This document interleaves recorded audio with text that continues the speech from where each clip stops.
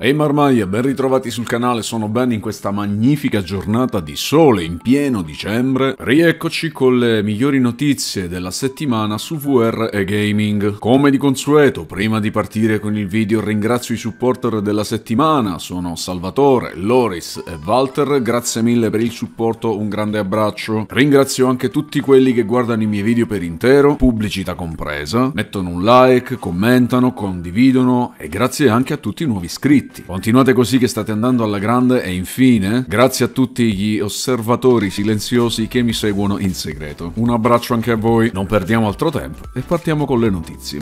La scorsa settimana Meta ha mostrato un rendering del suo progetto Mirror Lake, un visore avanzato, però con l'obiettivo di mostrare tutte le tecnologie avanzate realizzate negli ultimi 7 anni dall'azienda racchiuse in un unico dispositivo ultra compatto. Attenzione però, perché Mirror Lake è solo un prototipo, non viene presentato come un visore che raggiungerà il mercato in futuro, ma alcune delle caratteristiche del progetto, come lenti holocake, schermi LCD con retroilluminazione laser e sistemi elettronici varifocali, potrebbero essere equipaggiati nei prossimi visori, quindi tranquilli, non c'è nessun Quest 4 in arrivo a breve. Durante la settimana scorsa si è svolto l'Upload VR Showcase, durante il quale sono stati presentati alcuni giochi e le loro date di uscita. Parliamo di Vertigo 2 in arrivo questa settimana su PSVR 2, Defy, un horror in arrivo su Quest nel 2024, Final Fury, un picchiaduro a incontro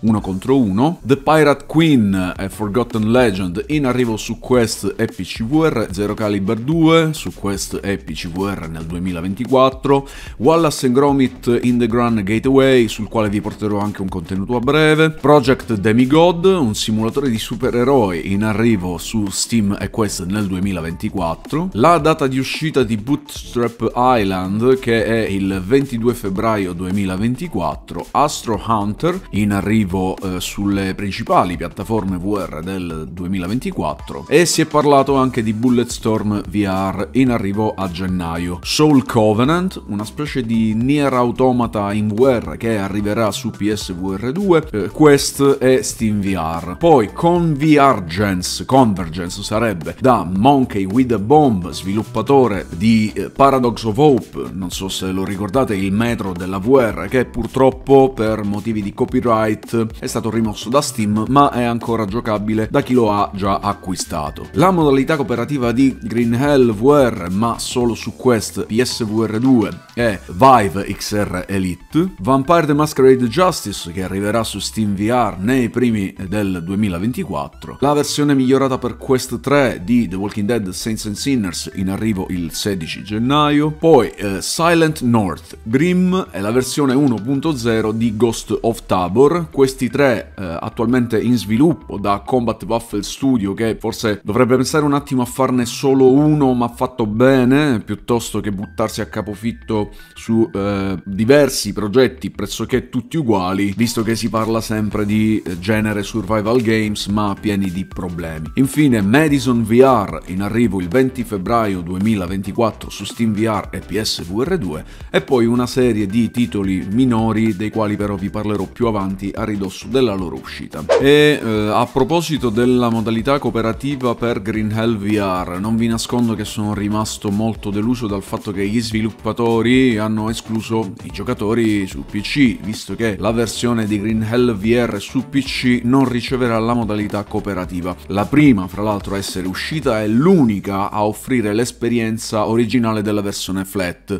a differenza invece della versione standalone su Quest e della versione PSVR 2, che sono invece delle versioni ridotte con poca esplorazione, pochissimo crafting, pochissime cose da costruire rispetto alle enormi possibilità della versione originale. Insomma, dopo aver seguito lo sviluppo del gioco dalla sua alfa e averne anche fatto parte, visto che allora scrivevo per una redazione di settore e mi era stata data la possibilità di fare da tester per Creepy Jar, dopo aver supportato gli sviluppatori acquistando la versione flat PC, la versione VR su PC e la versione VR in standalone, dopo che gli sviluppatori non hanno fatto altro che tranquillizzare i giocatori dicendo che la cooperativa sarebbe arrivata solo praticamente per la versione PC VR, con un colpo di coda. Ecco che le versioni ad avere la coop sono quella standalone e la PSVR 2, insomma tutte tranne quella PC. Una vera delusione da parte di un team che finora non aveva sbagliato un colpo, ma da una parte li capisco anche. Non mi stupisce che le versioni che riceveranno la cooperativa saranno soltanto quella Meta e PSVR 2, e scommetto che dietro ci sia stata un'offerta molto importante, e purtroppo i soldi vengono prima delle promesse fatte ai giocatori che per anni hanno supportato il lavoro di un team di sviluppo. E un grande gioco invece uscito di recente arriverà su Steam VR all'inizio del 2024, parliamo di Vampire the Masquerade Justice, sviluppato da Fast Travel Games, il quale quest'anno si è dimostrato uno dei migliori sviluppatori, che ha deciso di portare su PC quello che sicuramente è uno dei migliori giochi del 2023. Inoltre il gioco sarà presto disponibile in prova su Quest e PSVR 2.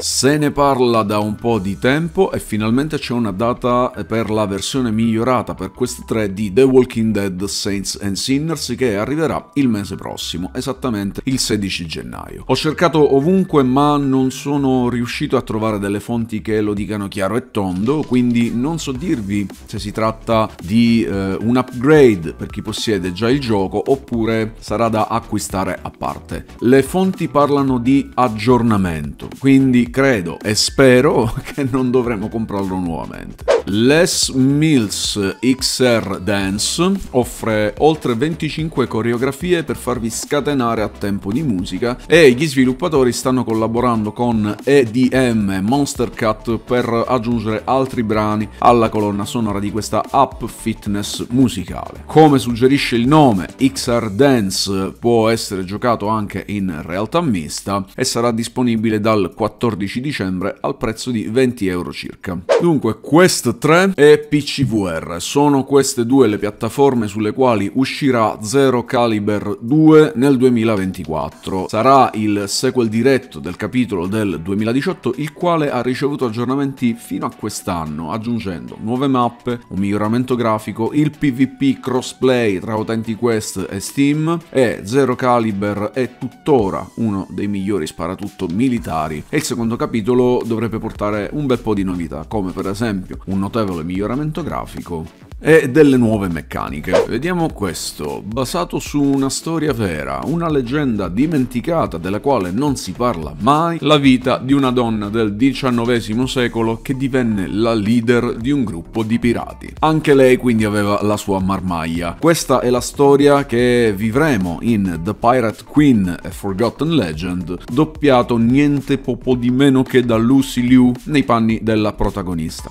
È un'avventura basata su enigmi che dovranno essere risolti per poter diventare appunto la regina dei pirati. L'uscita è prevista per febbraio 2024. Mi dispiace dirvelo, ma la settimana scorsa purtroppo è uscito Arashi Castles of Sin Final Cut ed è finito immediatamente nella mia rubrica giochi brutti. Non mi aspettavo il gioco dell'anno, ma neppure qualcosa di letteralmente ingiocabile, e non solo per la sua bruttezza, ma soprattutto per il sistema di movimento. In poche parole, il gioco non è room scale, quindi non potete muovervi fisicamente all'interno dell'area di gioco, non potete nemmeno girarvi su voi stessi, altrimenti perdete l'orientamento. Potete girarvi solo utilizzando la levetta del thumbstick. Non ci sono interazioni con l'ambiente, durante i combattimenti ci si compenetra con i nemici, insomma è un vero disastro. Per quale motivo? Semplicemente perché è stata presa la versione PSVR ed è stata portata pari pari su PSVR 2 e Quest, quindi in pratica un gioco pensato per essere giocato col gamepad in mano, restando fermi e seduti davanti a una telecamera per il tracciamento, importato senza nemmeno un miglioramento grafico su sistemi con controlli VR e sistemi di tracciamento inside out e room scale. Il vero mistero è che dietro a questo fallimento ci sia Skydance. Speriamo di rifarci presto quindi con Behemoth. Bene, siamo giunti alla fine anche per questo lunedì. Queste erano le migliori notizie della settimana su VR e gaming. Ci vediamo tra i commenti per discutere degli argomenti trattati. Vi ricordo di dare uno sguardo al primo commento e alla descrizione del video, dove trovate i miei link Amazon per l'acquisto di Quest 3, il mio link di invito per ricevere 30 euro di credito attivando il vostro nuovo visore, link Telegram per l'acquisto di tutti i giochi presenti nella mia libreria col 25% di sconto e altri link per l'acquisto di accessori quali Kiwi Design, CyberVR, VR Cover e tanti altri, con tanto di codice coupon per avere uno sconto sull'acquisto di questi accessori. Bene, grazie per la visione completa, supportate il canale col tasto super grazie, like, iscrizione e campanella, continuate a seguire. Da bene è tutto, ci vediamo alla prossima, un saluto Marmaglia.